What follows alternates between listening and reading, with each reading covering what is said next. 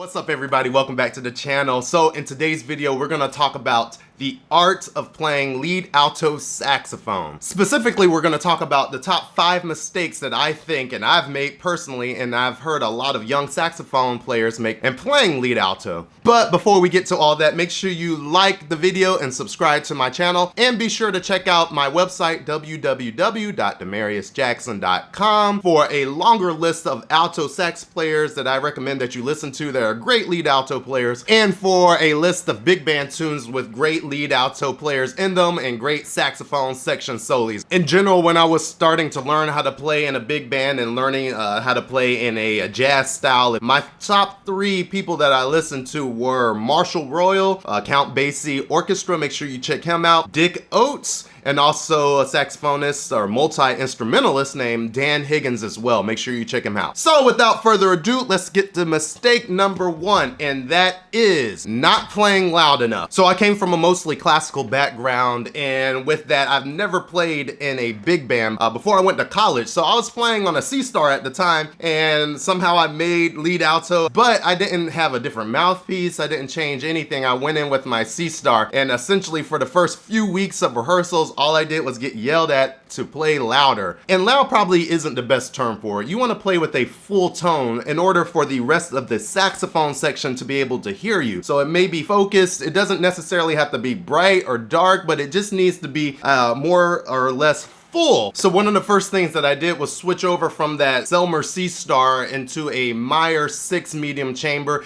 It's a good place to start if you're looking for a mouthpiece to play in a lead alto kind of setting, or just in any general setting where you want a little bit of an edgier, brighter, fuller, focused sound. And just think of it this way, lead alto means that you're leading the section. Now, of course, collaboratively, but you want to be able to lead the section, and you can't lead them if they can't hear you. And also, when you're playing harmonized lines within a sax solo section, typically that lead alto is playing the top part, so it doesn't really sound correct, or it might not sound quite as good as it could be if that top part isn't shining above. You know, you should really sing that melody line that the lead alto has. And moving on to mistake number 2, it's the opposite of that, and that's playing too darn loud. Not saying that there's anything wrong with metal mouthpieces, but I've seen a lot of students go to the opposite end of the spectrum, where they were playing on something that's more classical in nature and jumping to the largest metal mouthpiece that they could find.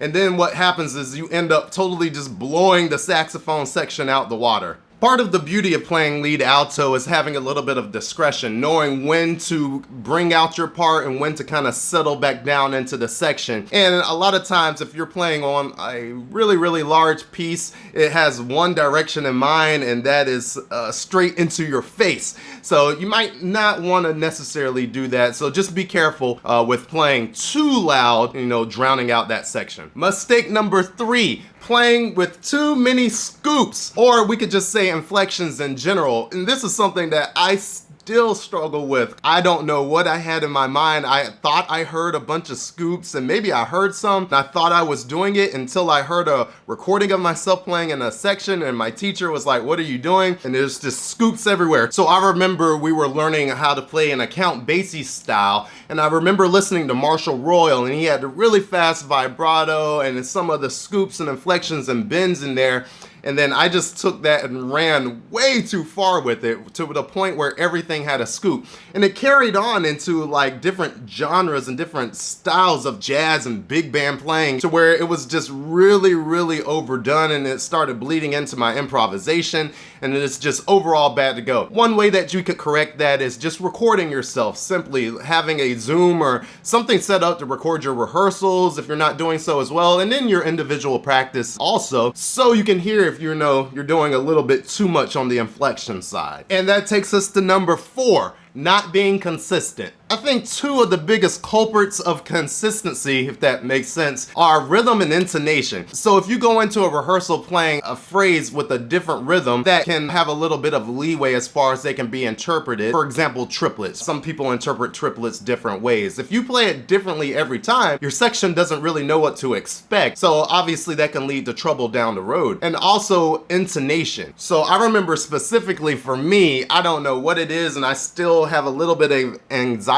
around it, but when I play my A. I'm always worried about intonation, but sometimes if you have a little bit of confidence and then you know you played with the tuner, you know where your A lays on the spectrum of being in tune, and so playing with a little bit of confidence can a lot of times solve those problems. So one recommendation for you and for everybody in your section is to simply just, aside from sight reading it that first time, write in exactly how you're gonna play your rhythms if you don't have a good memory to remember those things, and make sure you do it every single time. And then if there's any kind of problems or anything like that within the section, they can ask you, hey, how are you playing this right here? You know exactly what you're doing. And then intonation is one of those things that you should be working on daily so you can have that down pat. And then number 5, this last mistake that I've seen and I've made myself is not knowing your doubles. So take this one with a grain of salt. I will say that you want to have a good foundational level on your primary instrument before moving on to auxiliary instruments, or really I don't like to think of them that way, just other instruments that you play. But I will say this, if you're in college and majoring in music, in any form of music, education, performance, whatever it may be, it's probably time to start learning your doubles. Just my opinion. So composers and arrangers of the past and the future are always exploring the spectrum of sound that can be created,